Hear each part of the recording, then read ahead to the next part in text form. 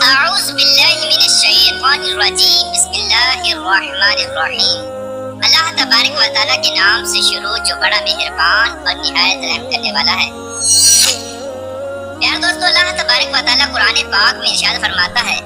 اور قیامت کے دن تم ہماری طرف ضرور لوٹائے جاؤ گے اور ہر ایک انسان نے اپنے اعمال کا بدلہ لینا ہے۔ پیارے دوستو، کیا آپ جانتے ہیں کہ جب قیامت کے دن لوگوں کو ان کے اعمال کے مطابق جنت یا جہنم میں داخل کر دیا جائے گا، اس دن کچھ لوگ ایسے ہوں گے جن کو نہ تو جہنم میں داخل کیا جائے گا اور نہ ہی ان کو جنت میں داخل کیا جائے گا، بلکہ ان لوگوں کو ایک مخصوص مقام پر رکھا جائے گا۔ پیارے دوستو، آج کی اس ویڈیو میں ہم آپ کو بتائیں گے کہ یہ لوگ کون ہوں گے اور ان کو جنت یا جہنم میں کیوں داخل نہیں کیا جائے گا، اور ان لوگوں نے ایسے کون سے اعمال کیے ہوں گے جس کی وجہ سے اللہ تبارک و تعالیٰ نہ تو ان کو جنت میں داخل فرمائے گا اور نہ ہی جہنم میں داخل فرمائے گا۔ اور اگر یہ لوگ جنت یا جہنم میں نہیں جائیں گے تو پھر ان لوگوں کو کہاں پر رکھا جائے گا، اور اللہ تبارک و تعالیٰ قرآن پاک میں ان لوگوں کے بارے میں کیا ارشاد فرماتا ہے، اور قیامت کے دن اللہ تبارک و تعالیٰ ان لوگوں کو کون سا مقام اور مرتبہ عطا فرمائے گا، اور جنت اور دوزخ کے درمیان مقام اعراف کون سا مقام ہے۔ پیارے دوستو، ان تمام تر سوالات کے جوابات قرآن و حدیث کی روشنی میں آج کی اس ویڈیو میں ہم آپ کو بتائیں گے، لہٰذا آپ سے گزارش ہے کہ ہماری اس ویڈیو کو اینڈ تک ضرور دیکھیے گا۔ پیارے دوستو، اللہ تبارک و تعالیٰ نے قرآن پاک میں ایک سورت نازل فرمائی ہے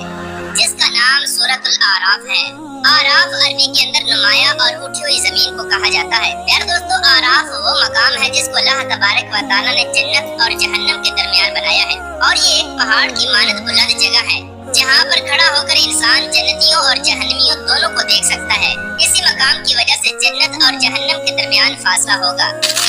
روز قیامت کچھ لوگ ایسے ہوں گے جن کو اللہ تبارک و تعالیٰ اس مقام پر رکھے گا، لیکن سوال یہ پیدا ہوتا ہے کہ اس مقام پر رہنے والے لوگ کون ہوں گے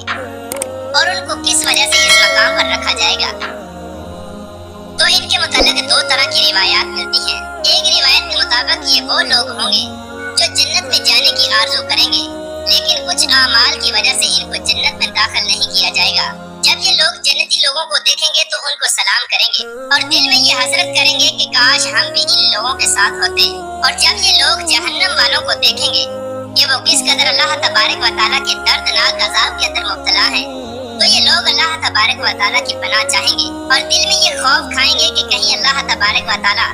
ہم کو جہنم میں داخل نہ فرما دے۔ پیارے دوستو، قیامت کے دن اللہ تبارک و تعالیٰ مقام اعراف پر رہنے والے لوگوں کو ایک بہت بڑا مقام عطا فرمائے گا۔ اللہ تبارک و تعالیٰ ان کو ایسی طاقت عطا فرمائے گا کہ یہ لوگوں کے چہروں کو دیکھ کر ان کو پہچان لیں گے کہ یہ جنتی ہے یا جہنمی،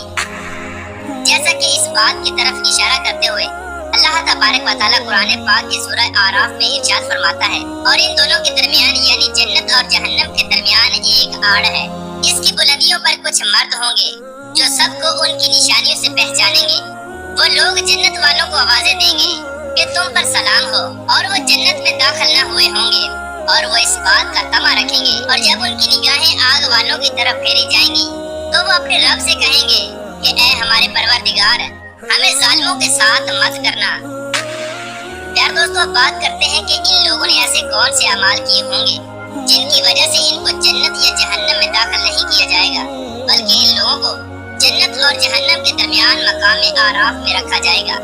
تو اس کے متعلق علامہ ابن کثیر رحمۃ اللہ تعالی علیہ بیان فرماتے ہیں کہ یہ وہ لوگ ہوں گے کہ جن کے اعمال برابر ہوں گے، یعنی نیکیاں اور برائیاں برابر ہوں گی۔ ان کے پاس نیکیاں اتنی زیادہ نہ ہوں گی جس کی وجہ سے ان کو جنت میں داخل کیا جائے، اور نہ ہی ان کے گناہ اتنے زیادہ ہوں گے جس کی وجہ سے ان کو جہنم میں داخل کیا جائے۔ لہٰذا اسی وجہ سے ان لوگوں کو جنت اور جہنم کے درمیان رکھا جائے گا، جس کو مقام اعراف کہا جاتا ہے۔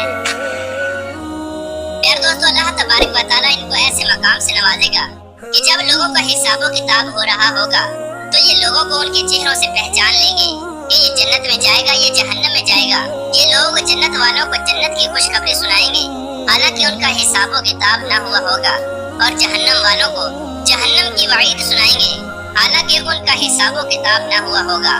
حضرت عبداللہ بن مسعود رضی اللہ تعالیٰ عنہ بیان فرماتے ہیں کہ قیامت کے دن جن لوگوں کی نیکیاں زیادہ ہوں گی